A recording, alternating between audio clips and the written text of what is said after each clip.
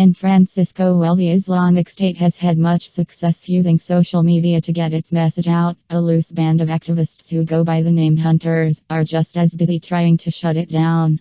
The hacktivist group Anonymous, the most well-known of these hunters, tweeted Wednesday that more than 6,080 Twitter accounts had been disabled due to its efforts. Ghost Security Group, which goes by the name GhostSec, collects reports of Islamic extremist groups and works to remove their content. These sometimes overlapping groups are called Hunters, said Varian Khan, editorial director with the Terrorism Research and Analysis Consortium, a private firm that collects information on terrorism.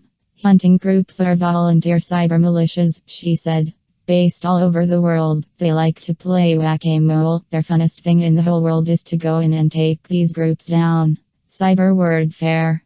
An anonymous account claimed to have launched concerted online attacks against radical Islamic terrorists in January after the Charlie Hebdo shootings in Paris. The war of words and actions online has heated up again after the terrorist attacks that killed 129 people in Paris on Friday. A discussion channel on the messaging service Telegram that appeared to be devoted to the Islamic State called Anonymous Idiots on Wednesday. Anonymous has, in turn, posted guides giving readers instructions on how to hack into his affiliated systems. Supporters of the Islamic State have posted their own guide detailing how to work around activist efforts to shut down its social media work. In Arabic, while no online vigilante group can entirely block something as amorphous as is, it can slow down the efforts of terrorist groups targeting young people for recruitment through social media and the internet. Because it is so dependent on social media to get its message out, these online efforts have been able to slow its efforts, said Gabriella Coleman, a professor of communication at McGill University in Montreal who studies Anonymous. She has been monitoring online discussions about the efforts and sees a very broad range of people working on the anti-IS campaigns. They include French hackers, military geeks, Syrians who are being harmed by IS, some Tunisians and some Palestinian hackers who live overseas. The more of these sites we can disable, the less voice they have in the community, said Scott White, Director of Computing and Security Technology at Drexel University in Philadelphia. However, he warned that shutting down the avenues of communication is a double-edged sword. It stems its propaganda, but also takes away a venue where the intelligence community can collect information.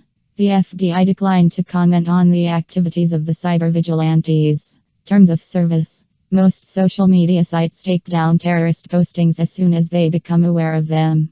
Last year, the supporters threatened Twitter employees with death for removing their accounts. But while Twitter, Facebook, Google and others all monitor for such material, given their sheer size it's difficult to find all such postings.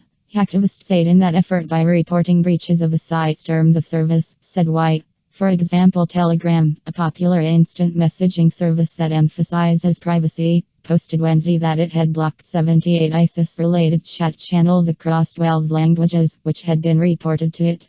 Facebook said it worked aggressively to ensure there were no terrorists or terror groups using the site and removed any content that praised or supported terrorism. The site's 1.5 billion users flags content that is inappropriate, and it has a global team responding to those reports around the clock. Terrorism-related reports are prioritized for immediate review, the company said in an emailed statement. More to come. Anonymous on Sunday released a video in French saying it would punish IS, which has Hezbollah.